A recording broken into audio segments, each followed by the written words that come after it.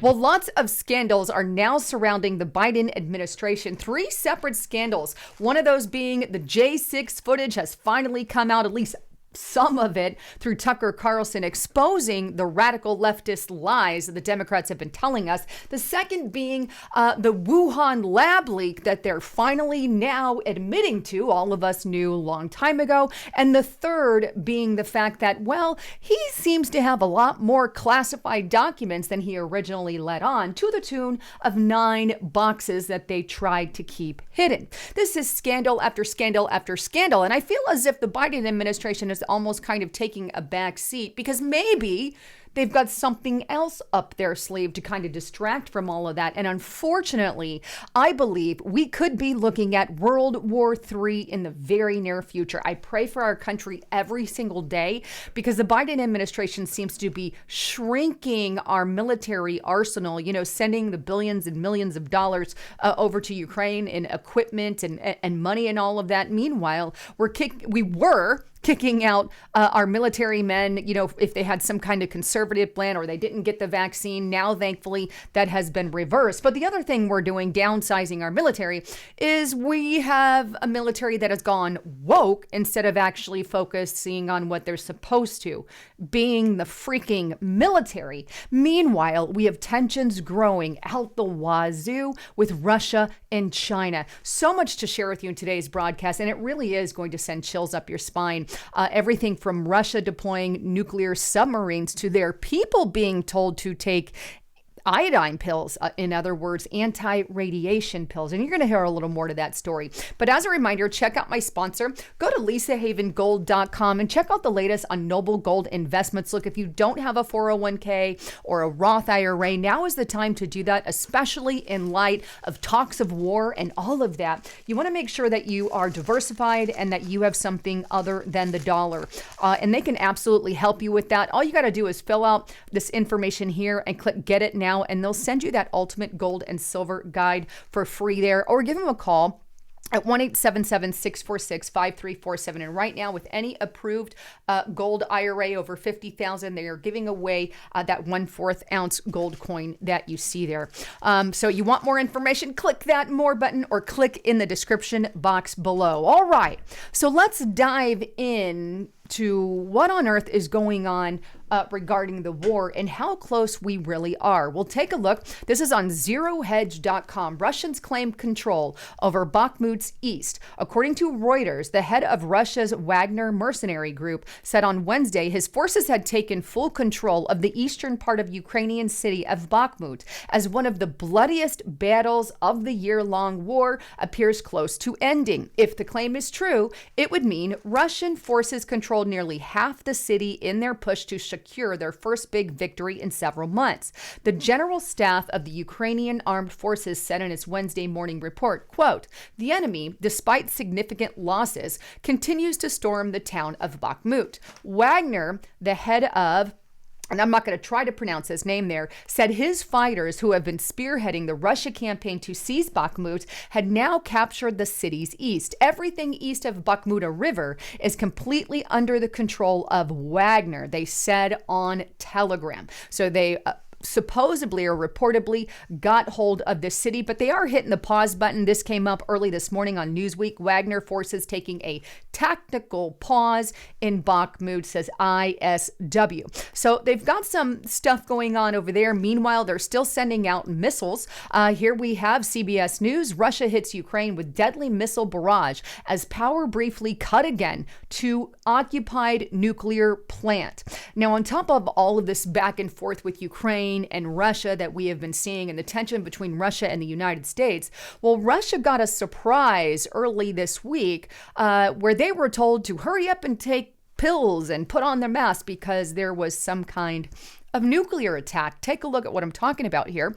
This is on dailymail.co.uk, terrifying Russians are ordered to take anti-radiation pills and rush to nuclear bomb shelters as a TV station servers are hacked. So they got hacked. It was thankfully a false alarm. But it goes on to state TV and radio programs in Moscow and all the other areas there were interrupted with an alarming message telling citizens a missile strike had been conducted on Russian soil. The population was urged to take potassium iodine pills, don gas masks to protect themselves, and to seek shelter. The Russian Emergencies Ministry said hacking was responsible for the false alarm, the third such case in past months, but the first in which viewers were warned to take anti-radiation pills.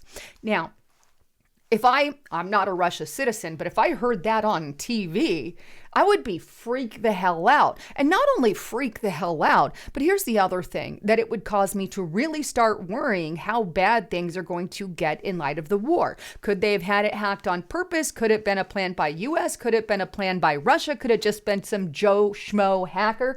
I do not know. But what I do know is this puts thoughts in people's heads, and it really pulls up a lot of panic. So I'm wondering, regardless of how this particular event happened, they're saying it's a hacker, but they're not really saying who the hacker or what side the hacker is on, right? We don't know that yet. That's information to be determined. But either way, whoever sent the hacker, the intent was to get the people so riled up with fear that maybe they would act in some way, shape, or form before they get nuked. Hey, let's nuke this guy before it happens to us.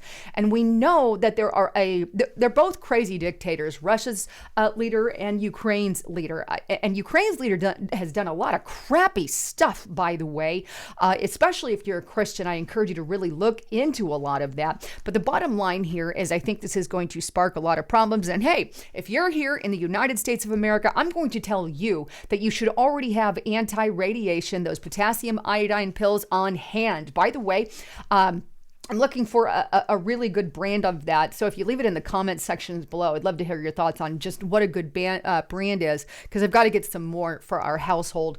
But it's good just to have them on hand instead of relying on the government or having to go when it's already too late. You just never know what's going to happen in this environment.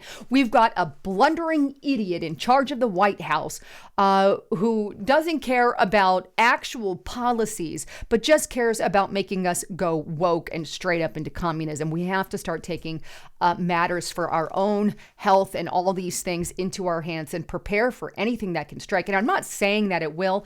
I don't know the future, obviously, but I always think it's better to have something on hand than nothing, right? But with that, here's what really sets off my alarm bells. The fact that Russia has been building up nuclear submarines and they have been deployed off of the U.S. coastline. Take a look at this article.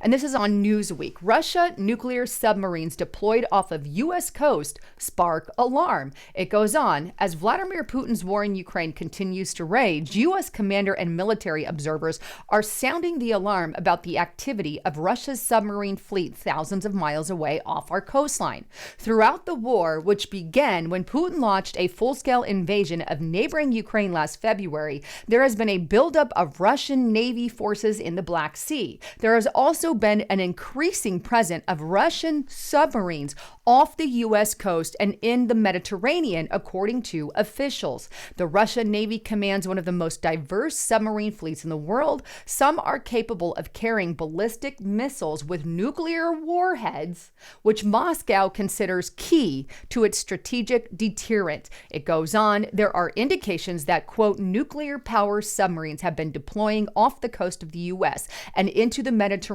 and elsewhere along the Europe peripheral. Michael Peterson, director of Russia Maritime Studies Institute, which conducts research on Russian military and economic issues linked the world's ocean, told Newsweek. U.S. Air Force General Glenn Van Herrick, and he said this last October, the head of U.S. North Command in NORAD, warned about the growing presence of the nuclear-powered class submarines off of our coast. He characterized Russia as the primary threat to the country right now. And I'm going to add to that, I think both Russia and China are a primary threat because we all know that they're teaming up. But meanwhile, the Pentagon is now accusing the two, if you will. They're accusing Russia of supplying fuel to China's nuclear warheads. Take a look here. ZeroHedge.com. Pentagon alleges Russia supplying fuel for Chinese nuclear warheads. So then there's that. So that could spark a whole lot of drama between the three countries there. Not only that, but there's stuff going on in China we obviously need to keep an eye on. Here is NBC News. Conflict with China is inevitable unless the U.S. changes course, Beijing's new foreign minister warns. Then we have Gateway Pundit here. Developing Chinese military rocket disintegrates over Texas. And USNI News. Chinese actions in South America pose risk to U.S. safety, says senior military commanders. And that's when they talked to Congress. So there is kind of everything in a nutshell. Now, whether or not you agree with the war in Ukraine, whether or not you agree with Ukraine or you agree with Russia or whatever your case or stance is, I don't want to be in the war. That's my stance. I want out of it, and I want out of it completely. And we need to stay out of it. We don't need to start fighting with nuclear powerheads and sending money that we absolutely don't have to countries that are abusing the money, right? So that's my stance. But regardless of where you stand on all of that, we need to know that our country is facing potential World War III. And and if we end up going into World War III, those views are not really going to matter. What's going to matter is the protection of you and your family, and you're going to want to be prepared, and you're going to want to be ready. So just a huge warning to share with you guys. I know there's a lot going on in the news, but I couldn't help but cover this part. I mean, we've got lots of document dumps and all of that going on. But if you really want to know more information about what's going on, I want you to go to Restricted Republic. I just did this exclusive interview, and it's right now on Restricted Republic with James Patrick there. He did the Planet Lockdown, I believe, but he's got a lot of New World Order inside information that he shares in this video. And if you want to check it out, get to restrictedrepublic.com and check it out. Use the coupon code Trump to take advantage of $5 per month for that entire first year. But you're going to want to get there, support what we do, and watch some of these exclusive videos. Anyhow, I love all of you. Thanks again for tuning in. I'm Lisa Haven, signing out.